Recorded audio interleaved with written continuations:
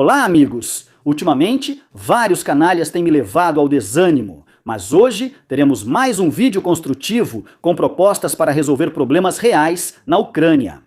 Vamos falar sobre questões e problemas, mas isso na verdade não são problemas, são nossos políticos que praticamente durante toda a história da Ucrânia independente destacaram uma série de questões que decidiram como uma espécie de tecnologia política transformar em problemas que até hoje supostamente estão sendo resolvidos. Na verdade, eles não são resolvidos, porque um problema que não existe não pode ser resolvido. Mas, graças a isso, é possível dividir as pessoas, separá-las. Isso leva tanto ao enfraquecimento do Estado, quanto a conflitos internos, em certa medida, até à guerra e completamente à desordem geral, a ausência de qualquer perspectiva na Ucrânia. Vamos abordar muitos desses problemas, mas na base de tudo isso estão apenas dois: a questão linguística e a estrutura do Estado. E hoje quero mostrar para vocês a Bélgica como um país que pode servir de exemplo. Na verdade, há muitos países com esses exemplos. Já discutimos a Suíça em algum momento, mas a Bélgica também se encaixa muito bem aqui, para a sorte ou azar, ainda mais agora que muitos ucranianos vivem lá. Aliás, não deixem de escrever nos comentários a sua opinião. Estou me dirigindo aos ucranianos que estão na Bélgica, sobre o vídeo, sobre tudo o que estou contando para vocês agora, e quero saber o ponto de vista de vocês. Então, Bélgica, forma de organização administrativa e territorial, federação, línguas oficiais, neerlandês, francês e alemão, população de aproximadamente 11 milhões e meio. Como podem ver, agora vamos passar para os indicadores econômicos. A Bélgica adotou uma estrutura federativa em 1980, mostrando que essa mudança é possível mesmo atualmente. Proponho algo semelhante para a Ucrânia, inspirado nos Estados Unidos, e há um vídeo específico sobre isso, cujo link compartilharei. Ressalto que não se trata de separatismo, mas de preservar a integridade e independência do país. Vamos passar para os indicadores econômicos. O Produto Interno Bruto da Bélgica, não se assustem, 632 bilhões de dólares, até mais, de acordo com o ano passado. O Produto Interno Bruto per capita, também não se assustem, 53.500 dólares, segundo dados do ano passado. Vamos comparar imediatamente com a Ucrânia. No ano passado, o Produto Interno Bruto foi praticamente 179 bilhões de dólares, ou seja, quase nada.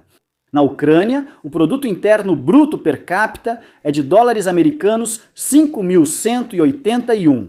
Assim, um belga, em média, é quase 11 vezes mais rico que um ucraniano.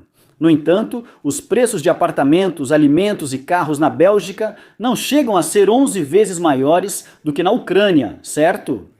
Bom, vamos dizer assim, é o dobro do preço do que em Kiev. Vamos considerar assim. Mas, novamente, escrevam nos comentários ucranianos na Bélgica. Como é realmente essa diferença? Vocês conseguem imaginar essa diferença? Isso é per capita. O Produto Interno Bruto total também é mais de 3 vezes maior, 3 vezes e meia maior, sendo que a população é 3 vezes e meia menor do que era antes da guerra. E mesmo agora é menos de 3 vezes menor do que na Ucrânia. Vamos lembrar que na Bélgica, em Bruxelas, estão localizadas as sedes da União Europeia e, se não me engano, da OTAN.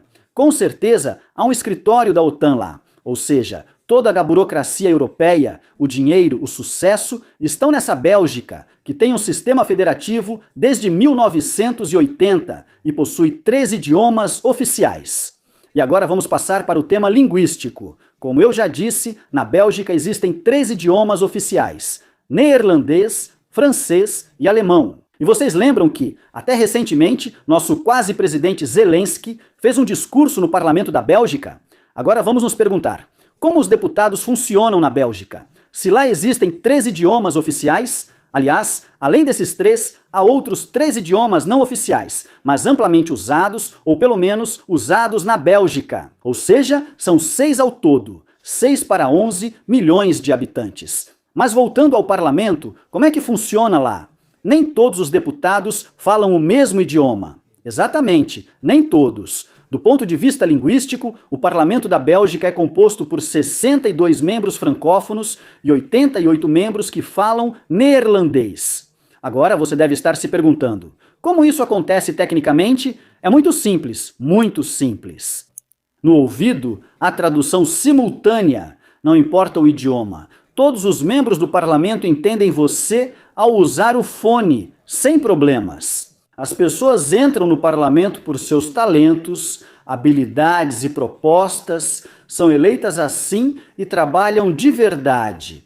Não brigam por idioma, não dividem, apenas usam tradução simultânea e pronto. E aqui, isso vira um problema que separa as pessoas, leva a coisas terríveis. Ainda não se sabe como isso vai acabar na Ucrânia. E na Bélgica, simplesmente pegaram um fone de ouvido, colocaram na orelha e trabalham de forma construtiva.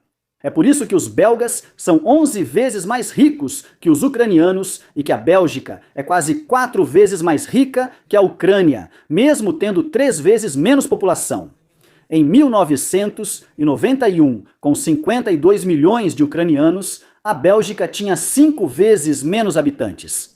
Já mostrei como, na verdade, essas questões nem chamo de problemas. Questões que os políticos chamaram de problemas, na verdade não são problemas, se você quer resolvê-las e cuidar do Estado. Mas se você é um político barato, vai transformar isso em problema, dividir as pessoas, usar uma estratégia primitiva, dividir para conquistar. Encontre uma questão pela qual é possível dividir a enorme Ucrânia, muitas vezes com a ajuda de dinheiro, do Serviço Federal de Segurança e de ordens vindas de lá. Vocês acham que é assim que funciona? Marichka?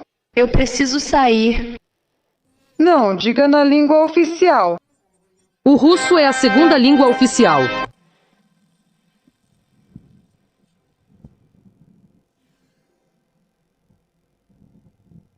Vamos proteger a ortodoxia.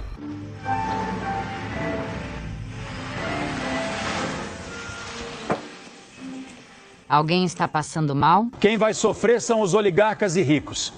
Queremos salário de no mínimo 600 hryvnias. Vote pelo povo, não pelos oligarcas. Bloco Natália Vitrenko, Oposição Popular. Isso que vocês viram é como uma vacina ou comprimido para a memória. Propagandas políticas de Natália Vitrenko, que já foi uma política popular na Ucrânia e que, como é amplamente reconhecido, trabalhava para a Federação Russa. Mas o filho dela ocupava tranquilamente um cargo altíssimo em uma empresa estatal, também uma das maiores, a Naftogaz Ucrânia. Milagres à moda ucraniana, não acha? Esse assunto é discutido aqui há décadas. E até hoje ninguém quer simplesmente pegar e tirar isso da lista de problemas com uma solução simples. Não prestar atenção nisso e fazer de um jeito que seja conveniente para todos, sem criar brigas dentro do país por causa disso. O que me fez mudar completamente o vídeo que eu tinha planejado de outra forma. Eu assisti a uma entrevista com o ideólogo e patrocinador do partido Svoboda, Igor Krivetsky. Foi uma entrevista recente com Gordon, eu assisti ela inteira com atenção. Foi a primeira vez que vi um verdadeiro nacionalista. Sempre achei que na Ucrânia só havia nacionalistas profissionais, com patrocinador, sem trabalho, incapazes de fazer algo. Não falo de todos, mas dos que aparecem na mídia. Se dizem nacionalistas, são agressivos, agem sob proteção para intimidar, agredir ou roubar. Não, o Krivetsky é um homem realizado. Há muitos boatos sobre ele, mas não vou investigar sua biografia. Sei que não é santo, mas conquistou seu espaço e cria empregos. Ele financia ou financiou o partido Svoboda. Vi a entrevista, gostei de algumas coisas e de outras não. Ele falou novamente sobre a língua, até de forma romântica, dizendo que prefere xingar em russo, mas acha o ucraniano mais bonito, com o que concordo. O idioma ucraniano que falo fluentemente é maravilhoso, mas na Ucrânia de 40% a 50% das pessoas, inclusive no exército, falam russo, não porque sejam ucranianos inferiores ou precisem ser reeducados. Hoje está na moda reeducar pessoas ao estilo soviético. Isso ocorreu historicamente, e essas pessoas se sentem prejudicadas. Ao assistirem televisão, veem programas com 10 participantes, 1 ou 2 falando russo, e são dublados em ucraniano, seja por cotas ou pela presença de Putin, que atacou a Ucrânia.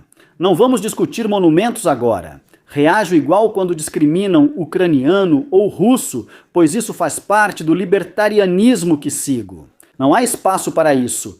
Perdemos tempo brigando e sendo destrutivos, quando poderíamos ser construtivos.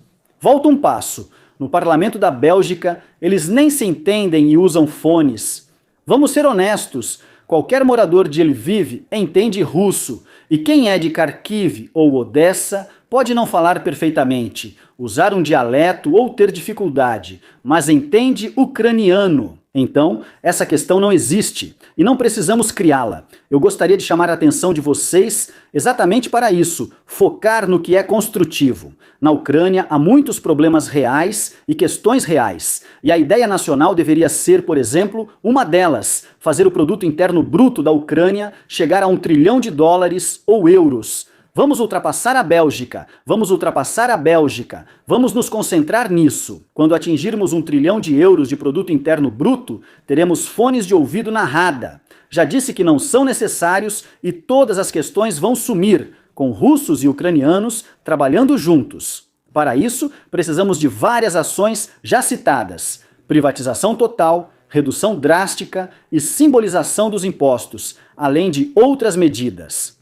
Um programa de reformas já está pronto.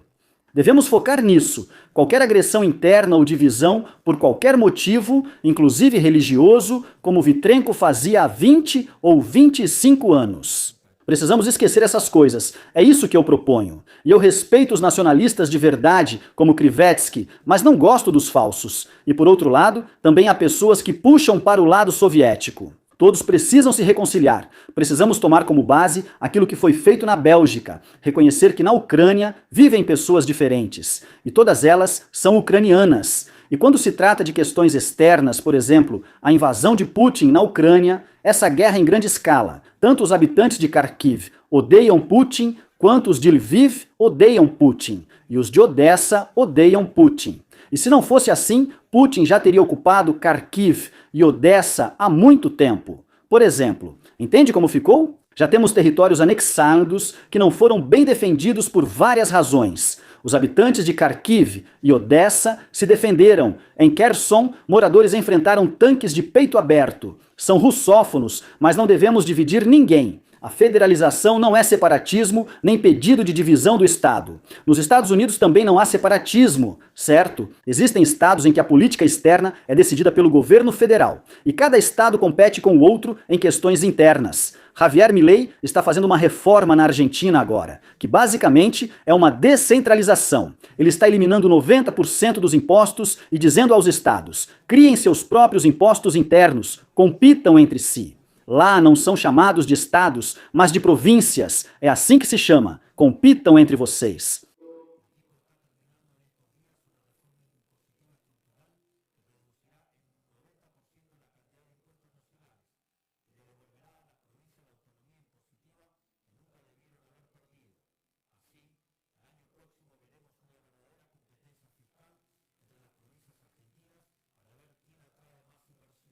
Compitam entre si. Qual seria o problema se uma região da Ucrânia quisesse só o ucraniano e Kiev preferisse 2 idiomas oficiais sem precisar chamá-los de estatais? Nessa região, o imposto federal é baixo e cada local define o próprio tributo. Em cidades turísticas como Lviv e Odessa, já seria necessário um imposto turístico. Miami, por exemplo, tem esse imposto. Algumas regiões crescem mais devagar e podem adotar imposto baixo ou até zero para atrair negócios e registros de empresas. Estou falando superficialmente, pois o tema é extenso. Vamos fazer assim, vamos parar de brigar, de aumentar coisas que não valem nada. Dizer que a cultura resolve tudo, que é preciso, a cultura não vai na frente, não dá para colocar a carroça na frente dos bois. Não é a cultura primeiro, depois a economia. Vamos agir como na Bélgica. Não precisa ser €1 trilhão, basta aplicar esses 600 bilhões de produto interno bruto na Ucrânia. Acredite, não será necessário pensar na cultura, ela aparece sozinha. Quando há fome, irritação e pressão, todos ficam insatisfeitos, inclusive compatriotas e o Estado. Ele não é capaz de pensar em nada, nem em cultura nenhuma. Primeiro, ele precisa estar alimentado e seguro. E se ele estiver alimentado, seguro e ainda tiver algum dinheiro, alguma perspectiva, aí sim ele vai se interessar por cultura, vai surgir a demanda por cultura e ela vai aparecer sozinha. O Estado não deve se ocupar da cultura. E a pessoa vai escolher a cultura ucraniana com prazer, quando ela for apresentada de forma bonita e quando realmente valer a pena. E não obrigá-lo à força, com cotas, cancelando certos livros didáticos, derrubando monumentos. Eu odeio os comunistas, marxistas. Eles precisam ser expulsos da Ucrânia, são todos criminosos. Eu apoio isso, mas não se deve mexer com a cultura, não se deve colocar as pessoas umas contra as outras. O restante surgirá naturalmente e harmonioso, como gostamos aqui de verdade. Espero ter convencido vocês neste vídeo com fatos reais. Analisamos a Suíça e apresento um exemplo da Bélgica. Aguardo comentários, isso é importante. Você apoia esse ponto de vista ou ainda está agressivo e acha que tudo o que foi mencionado acima realmente são problemas e não questões inventadas por políticos? Agradeço a cada um que assistiu este vídeo até o final. Peço que se inscreva no canal, deixe um like e também se inscreva no canal do Telegram. Isso é muito importante. Obrigado, até mais.